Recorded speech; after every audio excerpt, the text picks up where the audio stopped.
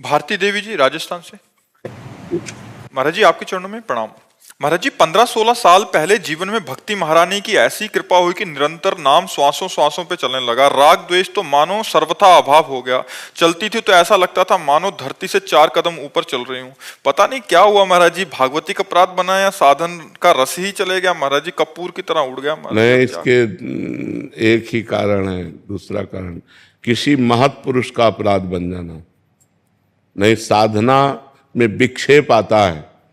जैसे हमारा गलत संग हो गया, खान पान बिगड़ गया, तो 2-4 दिन विक्षेप आएगा, रुकेगा नहीं। अगर रुक गया तो कोई महत अपराध बन गया। नहीं तो भजन में बहुत बड़ी पावर होती है। जैसे हमसे कोई गंदा काम बन गया तो 2 दिन 3 दिन हमारा हृदय जलेगा और भजन में विक्षेप पड़ेगा और फिर चल पड़ेगा। जैसे हमारा भोजन गलत हो गया तो 1 दिन आज पाया और कल तक हमारे विक्षेप पड़ता रहेगा, फिर ठीक हो जाएगा। लेकिन हमने किसी संत की निंदा कर दी, वैष्णव अपराध बन गया, वो फिर आपको हावी कर देगा, वो आपके भजन को रोक देगा। तो आप देख लो किसी संत वैष्णव का कोई अपराध बन गया हो, अंदर से मानसिक आगा आपने सोचा हो, किसी की निंदा की हो किसी संतों के प्रति, क्योंकि फिर ऐसे नहीं होता। सोचने से ही ऐसा होगा। हाँ, संतों के प्रति ऐसा नहीं बोलती हूँ कि भगवान मेरे मन वचन कर्म से कोई अपराध हुआ था, आप क्षमा कीजिए प्रभु। हाँ बिल्कुल, और आपके चरणों में मेरी प्रीति हो जाएगी। हाँ बिल्कुल। आज से आप ध्यान करो, आज से आप जब शुरू करो, भजन करो और रोज प्रातः काल उठकर समस्त संत भगवान की जय बोलो, समस्त संत भक्त वैष्णवों की जय और सबको नमन। और जाने अनजाने में जो कोई गलती हो गई सो क्षमा करो। आज से फिर भजन शुरू करो, ठीक है? हाँ, भजन। डॉक्टर आशीष जी वृंदावन से। राधा वल्लभ। राधे राधे महाराज जी, आपके चरणों में प्रणाम। महाराज जी संविधान में 22 भाषाओं की मान्यता है, आप केवल एक भाषा हिंदी में ही बोलते हैं। यदि केवल भारत देश का ही सुधार किया जाए, नए बच्चे को अध्यात्म की शिक्षा दे, तो हिंदी भाषा क्षेत्र के बच्चों के अलावा अन्य भाषा क्षेत्र तक आपकी बात पहुंचनी चाहिए। महाराज जी आप इसका समाधान। अब हम क्या करें यार, भारत में पैदा हुए, हिंदुस्तान में, हमारी मातृभाषा हिंदी है और हम हिंदी भाषा में और हमारी मातृभाषा में इस बहुत पवित्र भाषा है, ये बहुत मंगलमयी भाषा जो हिंदी भाषा है। संस्कृत और हिंदी इन 2 भाषाओं का हमें ज्ञान है। संस्कृत में जैसे आप बात करो तो हम समझ जाएंगे कि आप क्या बात कर रहे हैं, संस्कृत के श्लोकों का, और हिंदी। इसके अलावा अंग्रेजी में आप जैसे बात करो तो हम मुँह देखते रहेंगे, हमें पता नहीं क्या है। हाँ, कुछ शब्दों का ज्ञान है जो बोलचाल भाषा में बोले जाते हैं ना। हाँ, कुछ जैसे अटैक, माया तभी अटैक करेगी जब आपको, तो अब ऐसे कुछ शब्द है जो मिश्रित है उनमें। इस पॉइंट को आप नोट कीजिए।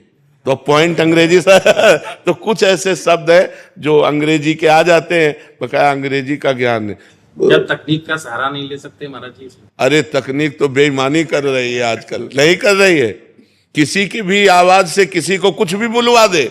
एक हमको हमारा ही वीडियो दिखाया कि दीपावली आ रही है, आप ये लीजिए, आप ये लीजिए तो आपको बड़ा शुभ होगा। हमने कब बोला? तकनीकी से सब बुलवाया जाता है। लिखित का तो आ सकता है महाराज जी, जैसे हिंदी में आपका कोई एक वाणी है ब्रह्मचर्य के ऊपर है, तो उसको हम अलग अलग भाषाओं में बदलाव कर सकते हैं महाराज जी। बट आपकी भाषा का फिर मिसयूज होएगा महाराज जी। हम एआई के माध्यम से कर सकते हैं, बट उसको इतनी सारी भाषाओं में, अच्छा उसमें ऐसा है कि महाराज जी जो लिखो वही बोलेंगे आप, उसमें सॉफ्टवेयर में जैसा लिखेंगे या जैसा उसको पढ़ाया जाएगा वैसा ही बोलेंगे। अच्छा, फिर वो अन्य उसका दुरुपयोग कर सकते हैं, इसलिए महाराज जी एआई के माध्यम। तो लोग कुछ का कुछ भी मतलब अपनी बात को रख रहे हैं महाराज जी। वो बहुत सारे आजकल वीडियोस आ रहे हैं, कुछ मतलब आप प्रचार प्रसार कर रहे हैं कि ये पानी पिए तो बहुत अच्छा होगा आपके लिए। हाँ, तो हमें लगता है कि अगर हमारे हिंदुस्तानी सुधर जाए तो इतना ही हमारा बहुत बड़ा बाबा जी बनना सार्थक हो जाएगा। तेलुगु, मलयालम, बहुत भारत में बहुत भाषाएं जहाँ की जरूरी है आपकी वाणी को पहुंचना, तो उनको वहाँ कन्वर्ट करके भले भेजा जाए। हाँ, या ऐसा करें तो। विभूति सिंह जी दिल्ली से। राधे राधे। राधे राधे महाराज जी। महाराज जी क्या अध्यात्म के रास्ते में जाने के लिए अपनी सांसारिक इच्छाओं को मार देना चाहिए, जैसे धन प्राप्ति, बच्चों की अच्छी पढ़ाई देने के लिए? नहीं नहीं नहीं नहीं, ऐसा कहाँ लिखा है? ऐसा कहीं लिखा नहीं, ऐसा कहीं उपदेश नहीं। जो उपदेश दे ऐसा वो ठीक नहीं है। धन कमाना है लेकिन धर्म से युक्त होकर कमाना है, पाप कर्म करके नहीं। बच्चों को पढ़ाना है लेकिन उनको आदर्श की शिक्षा देनी है, जो बड़े महापुरुष हो गए वो शिक्षा देनी है। हमको गंदे बच्चे नहीं बनाने। माता पिता गुरु होते हैं, प्रथम गुरु होते हैं। खूब अच्छी पढ़ाई करो लेकिन उनको बैठ करके आदर्शमय शिक्षा भी दे। देखो बेटा, जब तक ब्याह ना हो जाए किसी लड़की की तरफ न देखना। देखो बेटी, हमारी बात मानो, तुम हमारे बच्चे हो, जब तक तुम्हारा हम ब्याह ना कर दें तब तक किसी लड़के का संयोग मत करना। अगर कभी गलती हो जाए तो आप हमसे बताना, हम आपको सहयोग करेंगे। आधुनिक शिक्षा के साथ साथ उनको आध्यात्मिक शिक्षा देनी है। धन कमाने के साथ साथ हमें धर्म की भी रक्षा करनी है। तो कहीं भी ऐसा नहीं है कि आप ये ना करो लेकिन धर्म युक्त होकर के करो, तो भगवान की भक्ति अध्यात्म पुष्ट होता है। बिना धर्म के अध्यात्म पुष्ट नहीं होता, और उसमें आपकी दुर्गति है। आपका हृदय जलेगा, आपका मन अशांत होगा, बात खुल जाएगी, समाज में निंदा होगी। अगर कानूनी अपराध है तो आप जेल जाओगे। जो असत क्रियाएं हैं उनसे हमको बचाना है। आधुनिक पढ़ाई असत क्रियाओं से नहीं बचा सकती। अध्यात्म के बिना आधुनिक पढ़ाई असत क्रियाओं से नहीं बचा। देखो ना बच्चे पढ़े लिखे क्या कर रहे हैं, देखो ना बच्चियां कितनी पढ़ी लिखी हैं। मतलब परिणाम तो सोचना चाहिए कि अब जो मैं कर्म करने जा रही हूं इसका परिणाम क्या होगा। जब तक अध्यात्म क्या है, ये आपको परिणाम सोचवाता है। जो आधुनिक पढ़ाई है परिणाम नहीं सोची, वर्तमान की क्रिया केवल सोचती है। और जो अध्यात्म है, यार मैंने ऐसा किया तो फिर ऐसा भी हो सकता है, ऐसा भी हो, नहीं ऐसा नहीं करूंगा, वो परिणाम सोचकर भयभीत होकर बच जाएगा। अध्यात्मवान, मान लो अध्यात्मवान को कुसंग हुआ तो परिणाम सोचेगा, इसका परिणाम क्या हो, अरे नहीं भाई ऐसा नहीं, समाज क्या कहेगी, नहीं ऐसा नहीं। और जो अध्यात्मवान नहीं है फिर वो ऐसे चोरी, हिंसा, पाप कर्म और ये सब गंदे आचरण करने लगते हैं। तो हमें लगता है आधुनिक पढ़ाई के साथ साथ बच्चों को अध्यात्म शिक्षा भी देनी चाहिए और धन कमाने के साथ साथ धर्म की रक्षा करनी चाहिए, धर्मयुक्त धन एकत्रित करना चाहिए। कोई भी अधिकारी आएगा तो आपको भयभीत नहीं होना पड़ेगा, क्योंकि आपके पास हिसाब है, और आएगा ही नहीं कोई। धर्म से चलने वाले के पास कोई नहीं आता है, आप पक्की समझ लेना, क्योंकि उसको इतना होता ही नहीं है। वो अपने परिवार का पोषण करके किसी तरह जी रहा है, लेकिन वो शांति से जी सकता है। और ये जितने अधर्म के हैं, जब इनकी पोल खुलती है तो इनकी दुर्दशा हो जाती है, पैसा जाता है, स्वयं जेल जाते हैं, समाज में बेइज्जती होती है। इसलिए घूस न ले, अधर्म का धन न ले, बेईमानी न करे, ईमानदारी से धन कमावे और नाम जप करे भगवान का, और अध्यात्म में अपने परिवार को चलावे। बहुत से ऐसे गृहस्थ, धन्य है इनकी गृहस्थी। सुबह से पूजा पाठ पूरे घर में शुरू, बच्चे भी पूजा में बैठते हैं और स्कूल जाते हैं, खाना पीना सब पवित्र, उनका माता पिता उनको शिक्षित किए हुए हैं अध्यात्म से। अब आज का वातावरण तो धीरे धीरे गिरता चला जा रहा है। तो आज जो अध्यात्म विहीन बुद्धि है वो कैसे गलत गलत निर्णय दे रही है। मतलब बच्चे तो माता पिता की गोद में सुरक्षित हैं, एक बार पिता अविश्वासी हो जाए तो माता ऐसी होती, कुपुत्रो जायते क्वचिदपि कुमाता न भवति। माँ अपनी जान दे देगी लेकिन अपने बच्चा और बच्ची का अहित नहीं होने देगी। ये प्रसिद्धि है, शास्त्र में लिखा है कि कुपुत्रो जायते क्वचिदपि कुमाता न भवति। पुत्र तो कुपुत्र हो सकते हैं लेकिन माता कभी कुमाता नहीं हो सकती। और अध्यात्म विहीन माताएं आज क्या कर रही हैं, ये जो आज हमारे समाज में मानसिकताएं फैल रही हैं, ये अध्यात्म विहीन मानसिकता है। अगर हम अध्यात्म विहीन रहेंगे तो ऐसी हमें बुद्धि आदेश करेगी, जो गलत कार्य हो जाएंगे हमें जेल मिलेगी या नरक मिलेगा और अशांति रहेगी, दुर्गति हो जाएगी। तो हमारा अध्यात्म ये नहीं सिखाता कि आप धन न कमाओ, ये नहीं सिखाता कि आप पढ़ो लिखो नहीं। अगर हम पढ़े लिखे ना होते तो हम आपको क्या सुनाते। मान लो हमको ककाहरा मात्रा का ज्ञान हुआ तभी तो हम वेद शास्त्र पुराण पढ़े, अगर नहीं तो हम कैसे आपको सुना पाते। आधुनिक पढ़ाई ही तो अध्यात्म में हमारी प्रगति करवाई। अगर आधुनिक पढ़ाई ना होती, काका गागा ना पढ़े होते तो हम अध्यात्म में क्या पढ़ पाते। तो आधुनिक के साथ साथ अध्यात्म, अध्यात्म के साथ साथ आधुनिक, तो इस जरूरी है। ऐसा हमारा शास्त्र आदेश नहीं करता कि आप धन न कमाओ या आप बच्चों को पढ़ाओ, नहीं, ऐसा नहीं करता। संत भगवान ने प्रश्न किया कि केदारनाथ से आए हैं महाराज जी कि बहुत भीड़ इकट्ठा होती है जिससे अपवित्रता बढ़ती है, तो इसका क्या उपाय है? तो पहली बात तो हम धन्यवाद देते हैं कलयुग को कि इस कलिकाल में लोग वृंदावन धाम, केदारनाथ, बद्रीनाथ कहीं भी जाना चाहते हैं। ये बड़े सौभाग्य का विषय है, जाना चाहिए, क्योंकि भगवान के ये परम प्रिय मंगलमय स्थानों में जाने से हमारी अपवित्रता नष्ट होती है, हमारे हृदय में पवित्र ज्ञान होता है, भक्त और भगवान के प्रति श्रद्धा प्रकट होती। जाना चाहिए, पर कैसे जाना चाहिए? बात यह है, हमारे को भगवद यात्रा कर रहे हैं, पहले दिमाग में ये बात ध्यान रखनी चाहिए। कोई भी संसारिकता, जैसे पति पत्नी के संबंध है, गर्लफ्रेंड बॉयफ्रेंड, पिकनिक मनाना या इधर उधर इंद्रियों का दुलार करना, ये बात नहीं होगी, इससे घोर पाप की प्राप्ति होगी। जैसे आप यहाँ कोई संसार में पाप हो जाए और आप वृंदावन धाम आए, केदारनाथ गए, बद्रीनाथ गए, तो आपके पाप नष्ट हो जाएंगे, क्योंकि परम पवित्र स्थान में ऐसी क्षमता है। लेकिन वहां पाप कर लिए आप, तो अब त्रिभुवन में कहाँ जाओगे? जहां आपको निष्पाप होने का स्थान भगवान ने बनाया है, यहां जब तप करोगे, व्रत उपवास करोगे तो तुम्हारा मंगल होगा। तीर्थों में उपवास करना चाहिए, चाहे भले एक दिन उपवास करे, खान पान का संयम रखे और ब्रह्मचर्य से रहे। भले एक दिन रुको, 2 दिन रुको, लेकिन ब्रह्मचर्य से रुको। ये पिकनिक मनाने वाला माहौल कि चलो बड़े पहाड़ हैं, बड़ा दृश्य मनोरम है, हम चलकर अपनी काम भावनाओं को और विकास दें, ये विनाश का कार्य होगा, ये पवित्र कार्य नहीं होगा। पूर्व में गांव से जब कोई बद्रीनाथ केदारनाथ जाता था तो वे बोलता था, तुम क्या समझते हो हम केदारनाथ हुआ है क्या? झूठ बोलेंगे। मतलब वो इस बात को साक्षी देते थे कि हम झूठ भी नहीं बोल सकते, क्योंकि हम केदारनाथ हुआ है, हम बद्रीनाथ हुआ है, हम भगवान के दर्शन करके आ गए, तो अब हम झूठ भी नहीं बोल सकते। और आजकल लोग गाड़ियों में जाते हैं, होटल बुक करते हैं और गंदी बातें करते हैं, सो ठीक नहीं है। जाना तो ठीक है, लेकिन ऐसे जाना ठीक नहीं कि पिकनिक मनोरंजन अपने मनाने के लिए आप वहां जाओ तो घोर पाप हो जाएगा और उसका निस्तरण नरक में ही होगा, फिर नरक भोगना पड़ेगा। इसलिए ऐसे लोग तो जाएं मत, जिनको विलासिता करनी है वो लोग जाएं, जो तप करना चाहते हैं, जो भजन करना चाहते हैं, जो उपवास करके अपने पापों का नाश करके भगवान के प्रति बढ़ना चाहते हैं, उनको जाना चाहिए। और ये जो लोग विलासिता के लिए जाते हैं, हम कहते मत आओ, क्योंकि यहां पाप कर लोगे तो कहां जाओगे? अब बड़े बड़े होटल बने, होटल बुक किए और बंबई कलकत्ता की जैसी विलासिता करते हैं और पाप करके फिर यहां से चले जाते हैं, तो उनको कहां सुख शांति प्राप्त होगी? तो हम ये विनय करते हैं सबसे कि जैसे धामों में, तीर्थों में, भगवान के पवित्र स्थानों में जाया जाता, वैसे बनकर जाओ, गंदी बातें करने मत जाओ। गंदी बातें करना है तो अपना घर अच्छा है, क्योंकि जब कभी तुम्हारी सद्भावना बनेगी, चलो केदारनाथ चलते हैं, बद्रीनाथ, तो आप पवित्र हो जाओगे। लेकिन वहां यदि पाप किए तो कहां पवित्र होगे?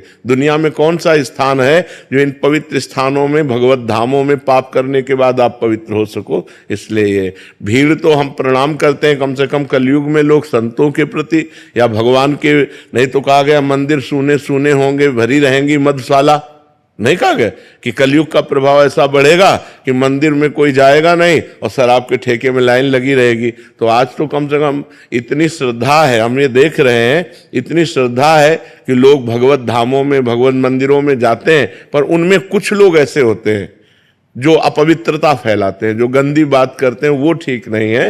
मगर धामों में तो अवश्य जाना चाहिए। भगवान ने कृपा करके अपने धाम को, जैसे बद्रीनारायण विशाल भगवान विराजमान है, जैसे केदारनाथ भगवान, काशी विश्वनाथ, 12 ज्योतिर्लिंग पूरे, भगवत धाम अयोध्या, भगवत धाम वृंदावन, ये सब इसीलिए प्रकाशित है कि जीव से भूल हो जाए, पाप बन जाए, गलती बन जाए, तो इन धामों में, तीर्थों में आने मात्र से, उपवास नाम जप आदि करने मात्र से वो पूर्ण निष्पाप हो जाता है। महाराज जी, कुछ लोग आते हैं कि जो पुण्य कार्य करते हैं, यहाँ भंडारा आदि या शबील आदि लगा ली, जिससे महाराज जी फिर उसके बाद कप वहीं पड़े हैं पूरे नहीं, ये उनको पाप लगता है, क्योंकि धाम में आकर आप पुण्य की भावना से अपवित्रता फैला रहे हो। ये जो दोना पत्तल खा पी के इधर उधर बोतलें फेंक देना है, ये अपवित्रता है। उनको ऐसी व्यवस्था करनी चाहिए कि वो सब चीजें एकत्रित करें और एकांत स्थल में जाके आग लगा दें या खोद के गाड़ दें या दूर ऐसा करें, धामों को अपवित्र न करें। अपवित्र करने से अगर वो समझते मैं पुण्य कर रहा हूं तो वो पाप कर रहे हैं, क्योंकि वो जूठा पत्तल एक भी संत के पैर में लग गया तो सारे पुण्य नष्ट हो जाएंगे। जो पवाया है और जो पाया है, दोनों को, पाने वालों को भी चाहिए और पवाने वालों को भी चाहिए कि वो इस बात का ध्यान रखें कि भगवत धामों को अपवित्र ना करें, भगवत धामों को गंदा ना करें। कि जहां मन आया मसाला खा के थूक दिया, जहां मन आया दोना और पानी की बोतल, ऐसे प्लास्टिक, वो भगवत धाम है, वो अपनी गाड़ी में रख लो और कहीं एकांत में जाकर उनको हटा दो, वो बात अलग है। लेकिन धामों को, तीर्थों को अपवित्र ना किया जाए। महाराज जी यहाँ हम सेवा कार्य क्या करें? धाम में जब आए तो क्या कोई सेवा करनी चाहिए? सबसे पहली सेवा है कि आप धाम को गंदा मत करो, ना इंद्रियों की विलासिता के द्वारा और ना कोई बाहरी आचरण के द्वारा। और दूसरी सेवा यह है कि खूब नाम जप करो, धाम में आकर ग्रंथों का पाठ करो, एक दिन, कम से कम एक दिन उपवास करो, और जिस तीर्थ में आए हो वहां तीर्थ की महिमा सुनो, उसके अनुसार वास करो, तो ये धाम की सेवा हो जाएगी, तुम्हारा मंगल हो जाएगा, तुम्हारा पवित्र हो जाएगा, जीवन तुम्हारा सुखमय हो जाएगा। नहीं तो लोग धाम में जाते, अब जैसे पाप की भावना है और आप जा रहे हो तो हो सकता है आप दर्शन ही ना पाओ। तो अगर भाव से जाओगे तब तो मंगल होगा, अगर भाव से नहीं जाओगे तो इन्हीं धामों के जाने से आपका मंगल हो जाएगा। इसलिए आप अपनी धाम की सबसे बड़ी पवित्रता को यह है कि आपके द्वारा कोई अपवित्र आचरण, आपके द्वारा अपवित्र किया न हो तो धाम की सेवा बन गई। सचिन गर्ग जी, श्री हरिवंश महाराज जी, गुरुदेव आपके चरणों में कोटि कोटि प्रणाम। गुरुदेव, इंसान काम, क्रोध, लोभ, मोह से तो जीत सकता है परंतु ईर्ष्या से नहीं जीत सकता। नहीं, ऐसा कैसे? ऐसा कैसे है? अगर ईर्ष्या से न जीत पाए तो कोई भगवान से ही न प्राप्त, भगवान को ही न प्राप्त हो पाए। ईर्ष्या कब होती है? जब हम व्यक्ति देखते हैं और हम भगवान देखते हैं अगर तो भक्त तो वही है जो सर्वत्र सिय राम में सब जग जानी, करो प्रणाम जोरी जुग पानी। सच्ची भक्ति जब आएगी तो सामने अपना भगवान नजर आएगा। जब भगवान नजर आएगा तो ईर्ष्या किससे होती? ईर्ष्या का मतलब होता है ये मेरे से आगे बढ़ा जा रहा है, मत्सर, उसको शास्त्रीय भाषा में कहते हैं मत्सर, मत्सरति, मेरे से आगे बढ़ा जा रहा है, पढ़ाई में, दुकानदारी में, धन में, किसी भी बल में, तो हमें ईर्ष्या हो जाती है उससे। हमारे पड़ोसी दुकानदार ज्यादा ग्राहक आते हैं, ईर्ष्या हो जाएगी।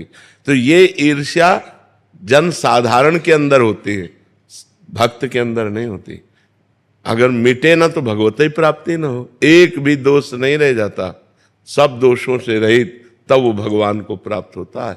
भगवान निर्दोष ब्रह्म है, तो जब तक जीव में एक भी दोष रहता है तब तक भगवत प्राप्ति नहीं होती। जब पूर्ण निर्दोष हो जाता है तब, ऐसे कहा है संतों ने, कंचन तजना सहज है, सहज तिया का ने, मान बड़ाई ईर्ष्या दुर्लभ तजना ए।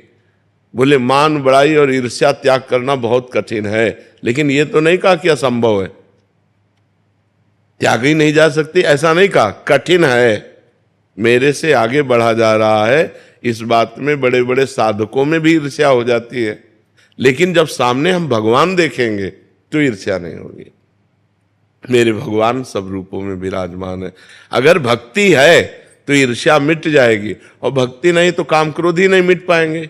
काम क्रोध कोई छोटे मोटे शत्रु है क्या? ये तो बहुत भयानक शत्रु है, बड़े शत्रु है, पूरा विश्व को परास्त किए हुए है। काम क्रोध लोभ मोह मद मत्सर, मत्सर को ही ईर्ष्या कहते हैं। षड विकार में ये आती है ईर्ष्या, मत्सर जो है उसी को ईर्ष्या कहते हैं। काम क्रोध लोभ मोह मद और मत्सर, आखिरी में सबसे ईर्ष्या आई है, मत्सरति, मेरे से आगे निकला जाता है, इसे ईर्ष्या कहते हैं। समझ रहे हो ना? तो असंभव नहीं है लेकिन कठिन है। जैसे ये काम आदि विकार हैं, आप कहते हो छोड़ो तो छोड़ के दिखाओ, असंभव नहीं है पर बहुत कठिन है। आप देखो ना, सब विचार करके देखो, क्या सबको ज्ञान नहीं? ये गलत है और कर रहे हो, गुलामी सह रहे हो, काम के गुलाम हो, काम के विजेता थोड़ी हो। काम के विजेता हो जाओगे तो भगवान को प्राप्त कर लोगे। काम ही सबसे बड़ा शत्रु है। भगवान ने गीता जी में कहा कि काम रूपी दुश्मन को मारो, काम माने कामना, कामना से ही ईर्ष्या पैदा होती। ईर्ष्या का मूल क्या है? काम। काम माने कामना, वासना, इच्छा। अगर हमारी इच्छा ही नहीं है, कोई हमें कोई चाहत ही नहीं है, तो ईर्ष्या भला होगी किसी से? हमारी चाहत के खिलाफ कोई आगे निकला जा रहा है तो ईर्ष्या हो जाएगी। और भगवान की जो भक्ति होती है वो चाह मिटा देती है। चाह मिटी, चिंता मिटी, मनुआ बेपरवाह। और जिनको कछु न चाहिए वो साहन के साह। जाहि न चाही कबहु कछु, तुम सन सहज सने, बसो निरंतर तासुर सो राउर निज के। तो ईर्ष्या त्यागना कठिन है, असंभव नहीं। संभव है, उसको त्यागा जा सकता है।